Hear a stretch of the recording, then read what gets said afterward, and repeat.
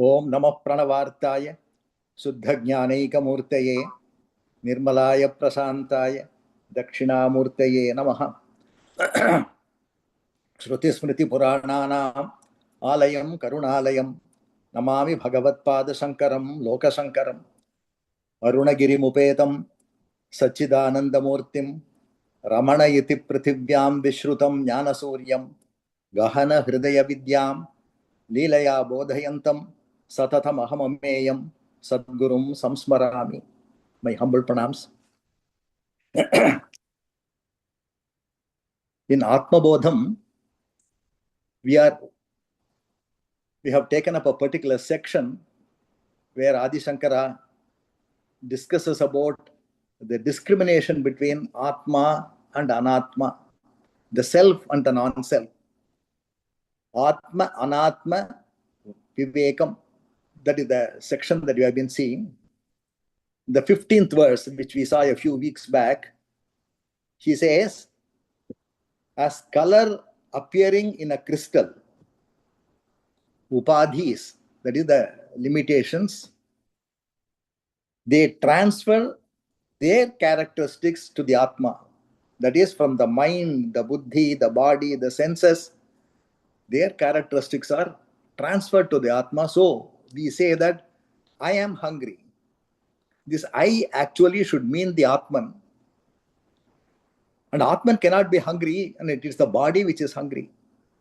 Similarly, all other things, I am sad, I am happy, which are the mental conditions, or I know this, I do not know this, which are all the conditions of the buddhi. They are all transferred into the Atman, and then we say that I. This I, actually, we are confused, and we refer to the I, which is the wrong I. This is the main problem. And so he says, this is like when there is a very clear crystal and you keep a yellow cloth or a blue cloth behind the crystal itself looks blue or yellow. Crystal has got no color at all, but it has acquired the color of the one that is behind, the cloth that is behind. So the color has been transferred to the clear crystal. When you remove the cloth, once again the crystal becomes very clear. And Atman is like that. Atman is actually taintless. It cannot be tainted at all. But then it looks as though that it is full of this or full of that, depending upon the upadhis that are close. Actually, upadhi, the word upa in Sanskrit means close. So, by the proximate presence, whatever entity is there nearby, that transfers its characteristics to the Atman, and we feel confused. So, this is mainly the basis of all our ignorance, the ignorance based upon the superimposition of this nature that is taking place. And as on the 16th verse, the next verse, Adi Shankara talks about how to extract the rice grain from a husk, from a paddy. The paddy is pounded and the husk is removed and the rice is gained from there. In a similar way, one should remove all the coverings of the Atman and then remain as the Atman. He gives the example of pounding off the paddy to gain rice in this verse. And the next verse, the 17th verse, Adi Shankara talks about the reflection. He says Atman is reflected in the buddhi. That is the nearest place that we can catch the Atman. So what the kind of light that we see in ourselves is the reflection from the Atman. It is reflected on the buddhi. So this reflection gives us the illumination to carry on with our daily needs. This reflection is the one that illumines the mind. It illumines the senses. It illumines the entire world through the senses. And then we carry on with our worldly life with this reflected light. So Bhagavan says, you have to trace this reflected light, trace it back to the source. And the source, when you reach the source, then the mind, the buddhi, all other things will subside in that particular source. And what will remain is only that source. The Shuddha Atman alone will remain at that time.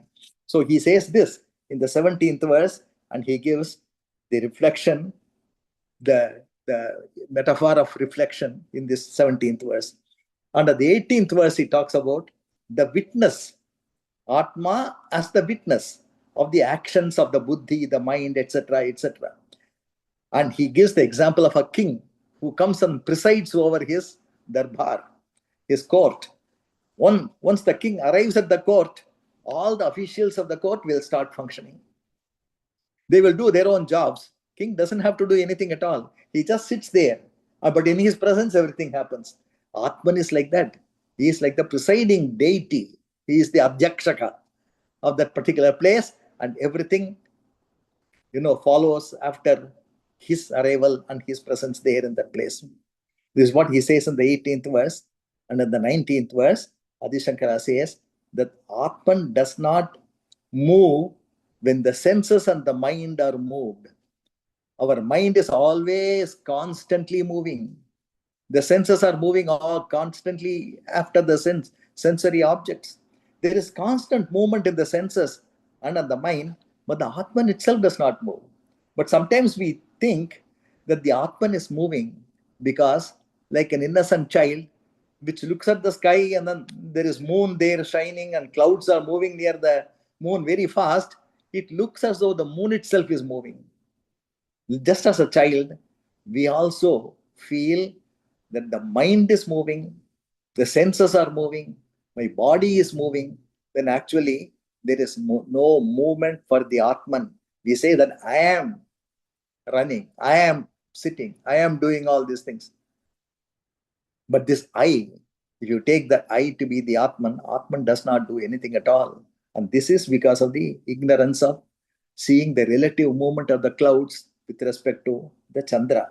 So this is what he mentioned in the 19th verse. And today we will take up the 20th verse, which talks about real I is entirely distinct from the body, mind, and intellect complex. Though the I has pervaded the whole thing, it is distinct. Atman is distinct from all the things that it is pervading.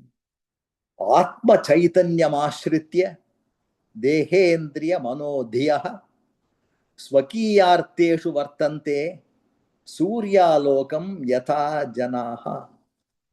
Atma Chaitanyam, the consciousness of the Atman, is alone the animating force. This is the one that enlivens the entire being. Because of the Atman alone, the mind is functioning, the buddhi is functioning, all the senses are functioning. But the Atman as such is just a mere witness to the whole thing. By its presence, things happen. It does not do anything. And it does not make anybody also do anything. It's just there. It is just present there. Surya, by his very presence, the sun by his very presence makes the world wake up. When the sun rises in the morning, the whole world wakes up, and each one goes on with his job or her job, and everything goes on. So similar to the sun, the Atman, by its very presence, is able to give the vital force to make things happen in this world. Swakiyarteshu vartante. Each one does his own job. Bhagavan, in his translation, he says,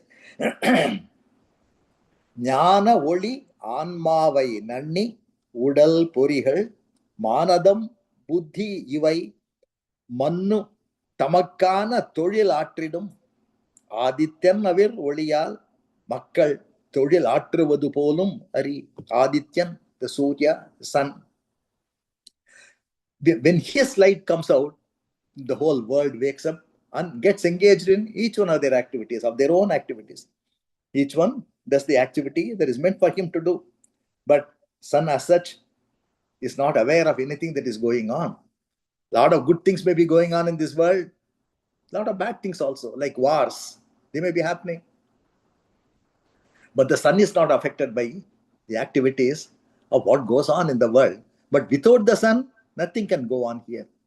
So in a similar manner, Atma alone, by its very presence, makes things happen, but it does not get involved in any activity that is there. There is a beautiful verse in Viveka Chudamani which gives an expanded meaning of the verse here. It says, I neither do nor make others do, says the Atman. I neither do. I, the Atman, I do not do anything, nor do I make anybody to do anything, carry out anything.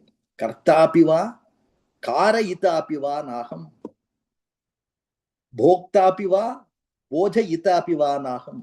I am not the enjoyer, nor am I directly responsible for any enjoyment. Drashtapiva, Darshayitapiva, Darshayitapiva naham. I am not the seer, nor am I making anybody see anything. I am not involved in any of these activities. These activities go on. Soham Swayam Jyoti Anidrigatma. Anidrik means something that transcends. This Atman transcends everything. All these things, the world, the senses, the mind, the buddhi, everything is transcended by me. But I am not the doer, nor am I somebody who is making things happen, because I don't even know what is going on. I am. And in my presence, all these things are going on. He is just a witness. The sun is just a witness. Good deeds happen, disasters happen, but he is not affected by that. In a similar way, Atman is also not affected by anything that happens. This is something that we should remember. Whenever things of the mind, mind does not like some such thing, mind is suffering, we say that I am sad. What we should remember at that point in time is, I am not the mind. Mind is suffering. Let mind have confusion. Let the buddhi have all kinds of problems. That the senses have problems, or maybe enjoying things or other, but I am not involved. This kind of a detachment from the external senses, the mind, the buddhi, that is what is required. Our sadhana has to move forward to this level where we dissociate ourselves from anything that goes on, and then remember constantly that I am not any of these things. And that is when the sadhana has some fructification. If you are going to be carried away by everything that goes on in your daily life, 1 hour or 2 hours of meditation in the morning and the evening is not going to make much of a difference. That should sink within us in such a manner that we are able to clearly see that I am just a witness. I am not affected. I, the Atman, is not affected. We should have a clear notion about what the real I is. The real I is not the thinking I, is not the thought, I thought. The real I is something that is beyond the I thought. It is just simple beingness and consciousness as it is prevailing in the deep sleep condition. The real meaning of I is only that, says Bhagavan. The real meaning of I is that which is prevailing during the deep sleep. Idam aham pada abhikyam anvaham. Aham padam, aham, the real meaning of aham padam, the word I. We use this word I so many times in our lives, but we still do not know what this I is. We just use it. But the real meaning is that one where there is just beingness. Because this wakeful state, this I, it passes on, it goes off, it disappears. Then the dream I comes on, that also goes off.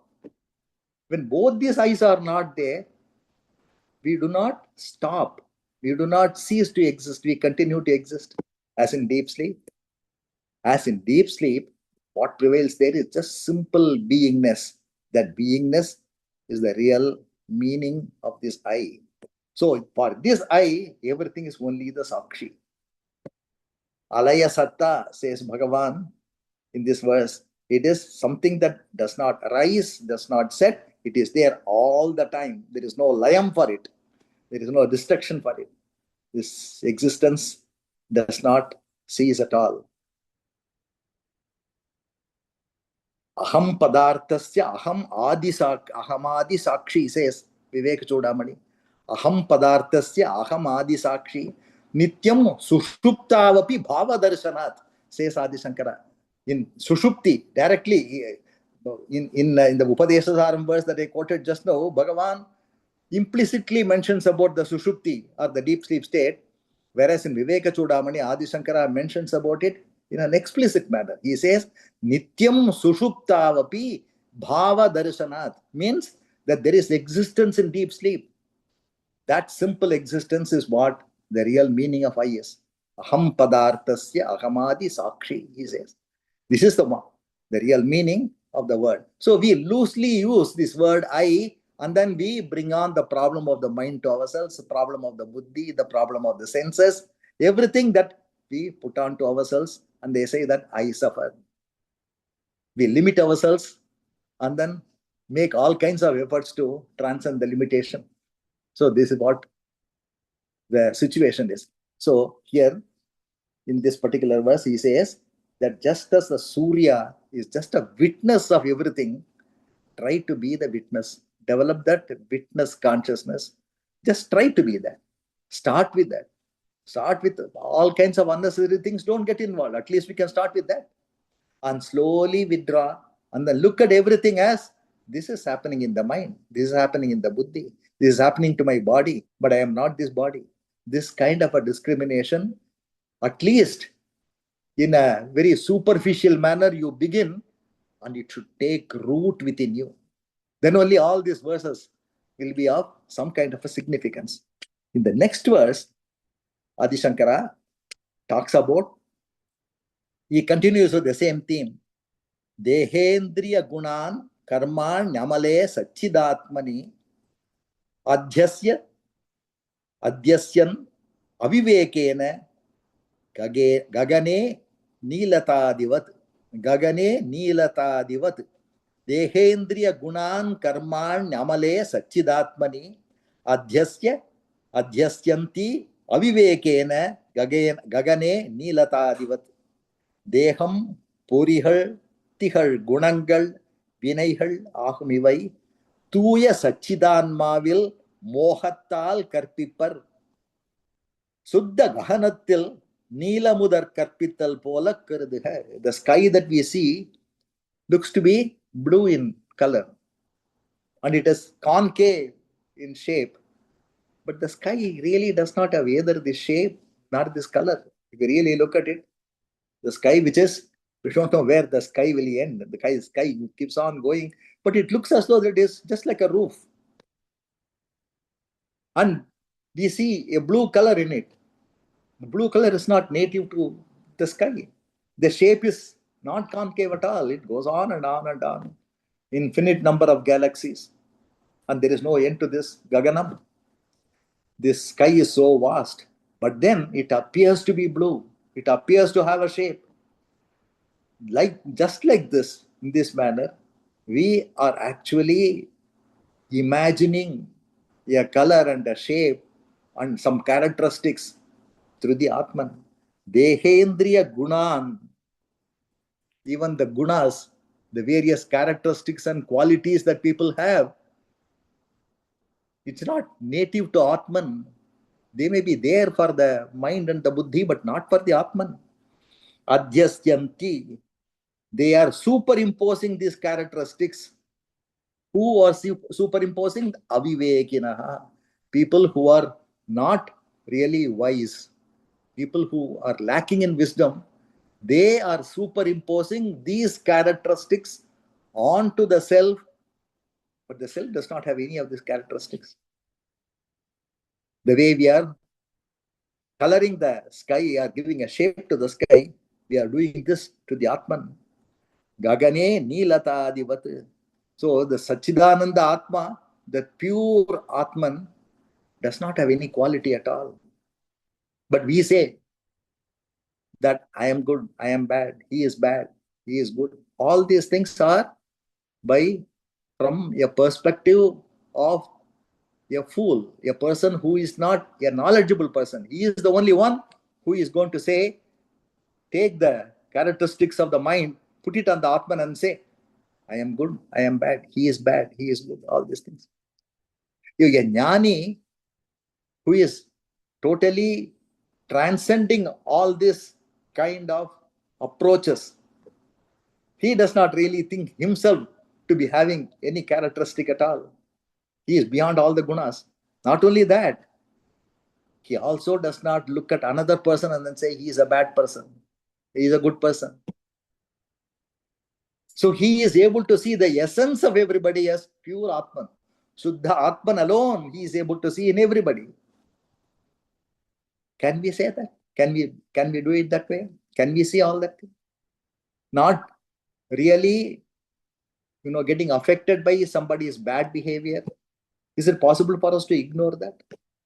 Thinking that, these are all things that he has picked up, but essentially, he is not a bad person. If you are able to do that in daily life, then there is meaning in all this. All the listening to all these verses. These are all trying to drive us to that state where we really remove all the judgments and opinions that we make of others. Remove them all. See only the essence of everybody. And the essence of everybody, a jnani sees only Atman everywhere. Some of the incidents in Bhagavan's life, they prove to us that a jnani can do, whereas we are not able to. We immediately judge a person to be either bad or good, depending upon how he behaves towards me, without really knowing the circumstances under which sometimes his behavior is bad. We never look at the circumstances, his background, but we make a judgment. The incident that I am referring to, when Bhagavan came to Arunachalam, after a few months, he started living in the hills. On the hills, already there were a number of sadhus, number of sannyasis were there. He also went. Then the entire crowd started going to Bhagavan afterwards. They would go, look at this Bala sannyasi, who is totally detached from everything, with a shining face, not requiring anything, with a calm demeanor, looking at everything in a totally detached manner. They used to be very impressed. Bhagavan was not talking in those days. So they would prostrate to him. No, they will do, all kinds of honors to Bhagavan. The other sadhus did not like it. Many of them were getting a lot of income because when these people visit these sadhus, they will give some money or other. But nobody is visiting them these days after Bhagavan came there. So they were very, very jealous about it. Especially there was a person who was absolutely upset about what happened to him and the kind of the adulation that Bhagavan was receiving. It went to such an extent, his jealousy went to such an extent, he decided to finish off Bhagavan one day. When Bhagavan was sitting quietly outside his cave, was sitting quietly, he suddenly found a number of rocks and stones falling near him. He was able to immediately sense that something is going on. He had an idea about what was and who was the person who was behind this. So quietly he got up from the place and through a different route he reached the peak of that particular rock. And then this sadhu was trying to push the rocks. He was caught red-handed. So he looked very sheepish when Bhagavan found him out. Bhagavan did not tell him anything. He just looked at him and conveyed the message to him, I know what you are up to. That's all he just looked at him and went back. The interesting thing is, it seems Bhagavan lived in the same cave with this person who wanted to finish him off for several more months later on. It's not possible for us to imagine such a thing. He lived in the same place. He did not harbor any thoughts of hatred or any thoughts of enmity. It was totally, he really saw the Atman in everybody. That was the thing. And we also know the story of Perumal Swami, who was his attendant, who was very close to him. And for some reason, he was very upset that he was not made the manager of the ashram. So he went out and then, he went to the court and filed a case against Bhagavan and so on. He printed a lot of pamphlets. He used to really harass the people who were visiting the ashram. He did all kinds of bad mischief because of the feeling that he was bypassed. That was all. And all his court cases failed. He became impoverished. He did not have He could not really take care of himself. And in his last few years, few months of his life, he really suffered a lot. But when Bhagavan came to know that Perumal Swami was not doing well, it seems he asked the ashram people, please send food to him. He will not be able to come here. Please send food to him. They were quite horrified. Bhagavan, this is the man who, created so much of a problem for you. And, he really dragged us to all kinds of courts. He made you answer questions from the lawyers.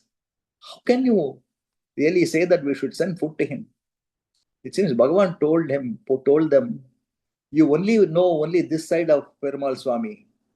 But when I was young and when he was taking care of me, he did all kinds of things, all kinds of service to me, which nobody even would feel like doing. All those services he was doing. So go and then give him food. He needs our support right now. So that man came to the ashram. The last months of his life, last few weeks of his life, he came to the ashram, sobbed his heart out. Yet by the time he had realized the kind of horrible mistakes, cannot even call them as mistakes, horrible activities that he pursued against Bhagavan. So he realized all that and he sobbed in front of Bhagavan, wept bitterly. It seems he told Bhagavan, I will only go to hell. For the kind of sins that I have committed, I will only go to hell. Bhagavan was keenly listening to all these things, it seems, told him at that time, do you think that Bhagavan is not there in hell? Do you think that Bhagavan will not follow you to hell? That was the kind of protection that he gave. Even if something very bad happens to you, you will have my protection, even though you might have done. He did not look at Perumal Swami as somebody who did something to the person called as Ramana Maharshi.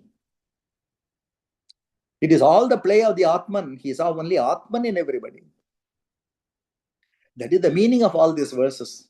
Strip all these upadhis, strip them all out. All these layers that we have put on ourselves, there are just limitations. In fact, we say that our existence begins on our birthday. But Bhagavan says, existence has always been there. On your birthday, you have started putting on limitations on yourself. You are assuming limitations. That is the beginning of your life. It's not the beginning of existence. When these limitations are removed, you are going to go back to that sea of existence and be one with that. So all our aim should be to remove these limitations, these upadhis, these coverings, that layers that we have heaped on ourselves, layer after layer of all these things. And the profound truths that are conveyed by these verses should help us to remove these layers. So just as I said, Atman is Shuddha Atman. Nothing can taint it. Nothing can make a stain on the Atman.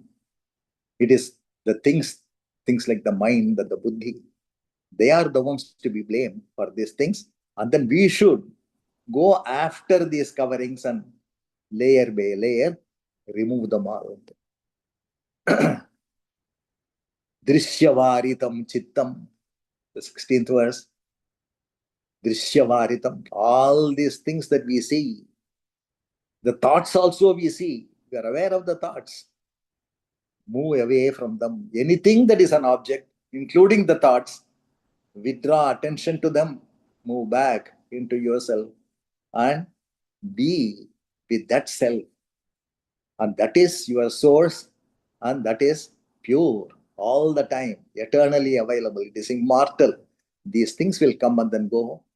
Do not pay any heed to them. Be a sakshi to them. Be a witness to them. That's what this verse says. The same thing. Dehendriya gunana karmani amale satchidatmani.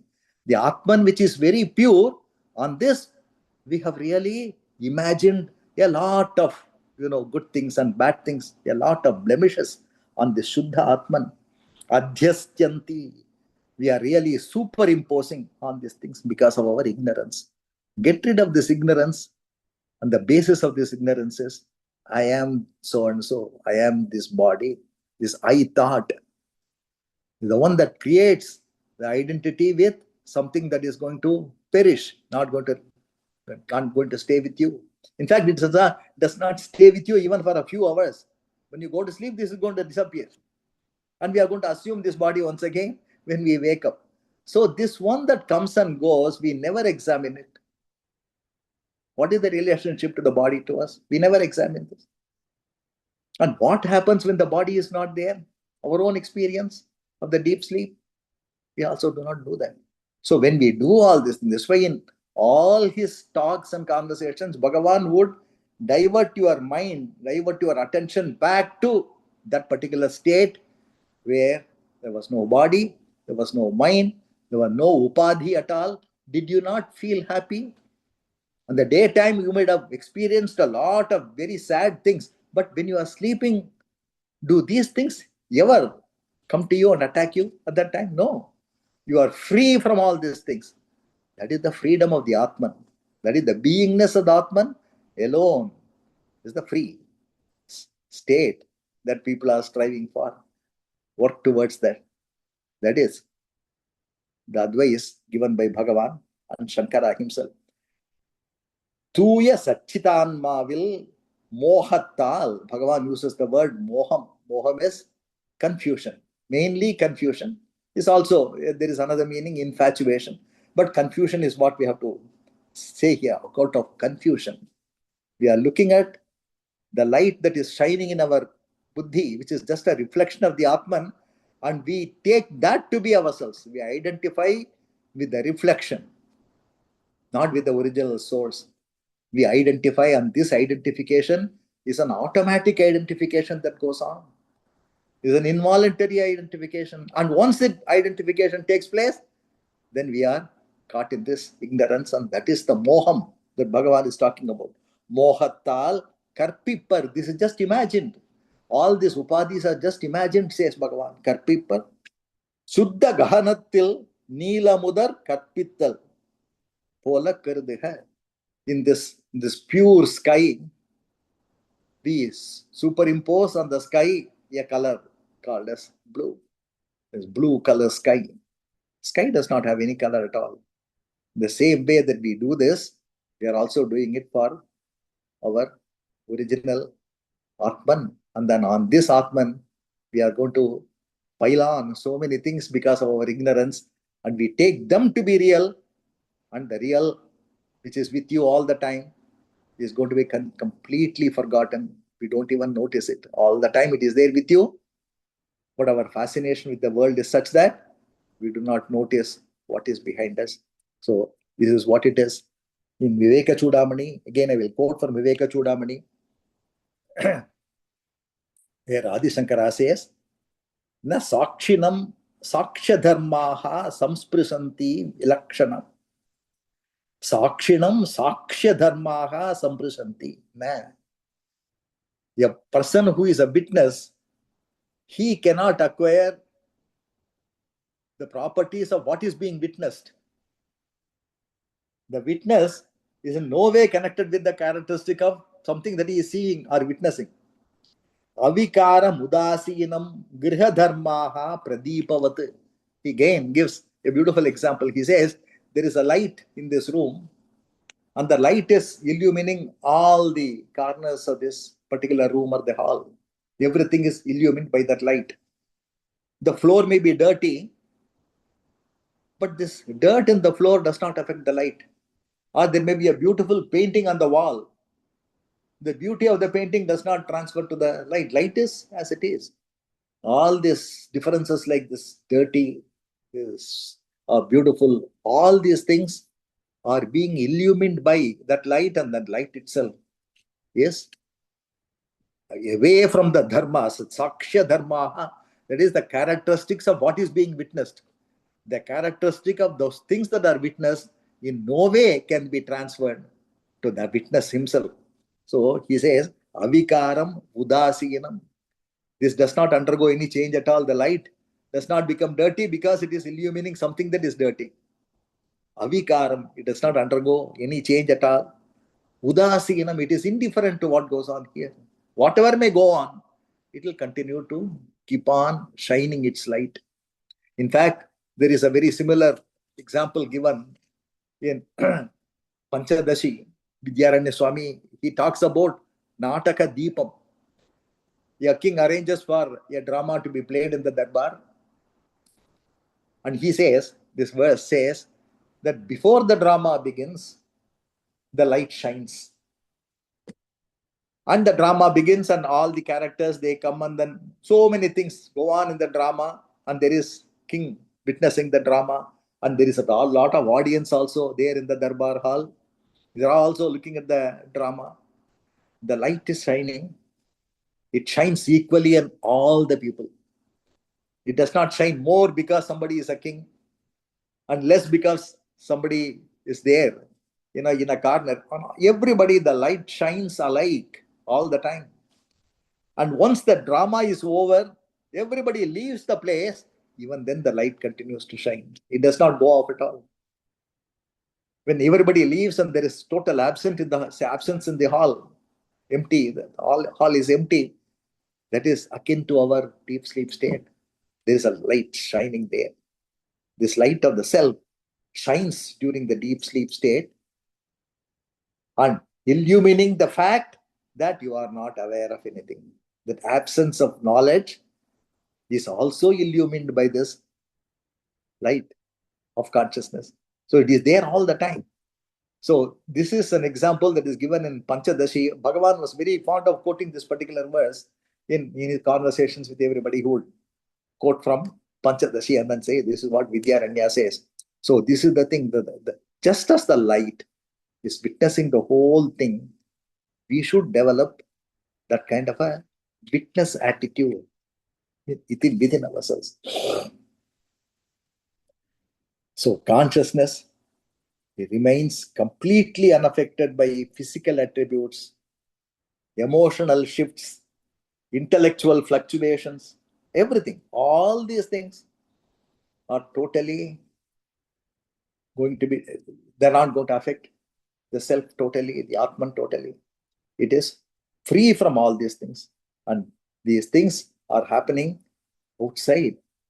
And in our life, this is what we should remember. Sadness or anything good also happening, we should be able to say that this is happening in this. We should not say that I am fat. We should say the body is fat. That is the way we should be able to kind of dissociate ourselves from all these things. We should not say that I am sad. Mind is sad now. Mind will become happy after some time. This also will pass. These are all emotions that are passing through the mind. The modes of the mind, they keep on changing. The moods of the mind will be keeping on changing, but I do not associate. So sadhana should proceed in such a manner that this kind of distinction from the upadhi to the one that is within the thing, that should happen. So this is the import of the 21st verse. We will see one more verse. Ajnanan manasopadhehe kartritvadini chatmani kalpayante ambugate chandre chalanadi yata ambasaha means water. So he gives another example. For the same transference of an unreal characteristic onto the real, and the real being completely hidden by this kind of transference. So we are hiding the real by doing all these things and projecting the unreal. The unreal passes off as the real, but the real is totally hidden by this particular process of superimposition. Ajnanat, because of ignorance. Manasopadhehe, this mind, the upadhi called as the mind, it assumes yabhava kartritva adini chatmani. Adini, adi, he says kartritva adi, it means kartrutvam, etc. The doership, etc. What he means is doership as well as enjoyership. We feel that I am the one who is doing this and I am the one who is enjoying this. Both these things are wrong. Both these things are actually imagined because of the same principle called as the superimposition. Kalpyante ambugate chandre. Ambugate chandre. Ambu is water. There is a stream of water flowing all the time, and there is moon shining above. The moon is reflected on the moving water. The movement of the water, if you look at the reflection in the water, because of the waves, wavy motion, and the constant motion of the water, the reflection is not going to be steady. It is going to keep on moving. In fact, there will be some breaks also in the reflection. There will be breaks. And so, looking at this, we feel that the one in the sky is also undergoing all these things. A child would look at all this movement of the water and the reflection of the moon on the water. And then he concludes, the baby concludes, that the moon itself is behaving in that manner. Moon does not have, it is still, there is absolutely no movement of the mind of the moon. But that movement that you see in the water is just imagined because of the reflecting surface. It keeps on moving. Once the water becomes calm and steady and the image becomes steady, the reflection becomes steady, then we will think that the moon is not moving, it is very steady. So this kind of wrong imagination, and assuming that there is a movement in the moon also in a similar way, we think that we are the doers. Because there is a movement in the buddhi which says that I have finished this job successfully. I am the one who has done it. Who says this? That agency resides in the buddhi mind complex. Agency in the sense of doership. When there is a sense of doership, there is also a sense of enjoyership. We will say when there is a success, I have done this and there is so much of a joy. I am the one who is getting the benefit of this particular activity that I have succeeded in. Both this kartrutvam and the bhoktrutvam, these two things are the manifestations of the ego. They manifest as a doer and an enjoyer. Both these things are wrong, says Bhagavan. These are all just imagination. Kalpayante, we are all imagining these things. Just as we are imagining the movement of the moon in the water, we are imagining the doership and enjoyership that is actually imagined in the buddhi. And we think that we are the doers. The doership is one of the most terrible things to happen. Because of the doership only, all the worries and all the anxieties, everything is there. Someone who says that I am not the doer, if he is convinced about it, there'll be no anxiety, there'll be no expectations in life. There'll be no anxiety at all. This has to go on. What will happen tomorrow? Tomorrow's function should go on smoothly. All kinds of these things are imagined. These anxious moments are there. The mind suffers and there is no steadiness of the mind till that particular event is passing on. So only those who are deeply associated as an agent, as a doer, they will also reap what is called as these worries and then anxieties. And when something goes wrong, we feel terribly bad. When something goes right, we feel elated. There is absolutely no reason for you to think that you are the one who made these things happen. For any one thing to happen, there must be billions of other reasons going on at that time. For any one thing, somebody to reach one particular place, 100 things should fall in place for you to really carry it out. But because this happens, we think that it is all smooth and then I am the one who has done it. So this kind of a doership is what is being condemned here.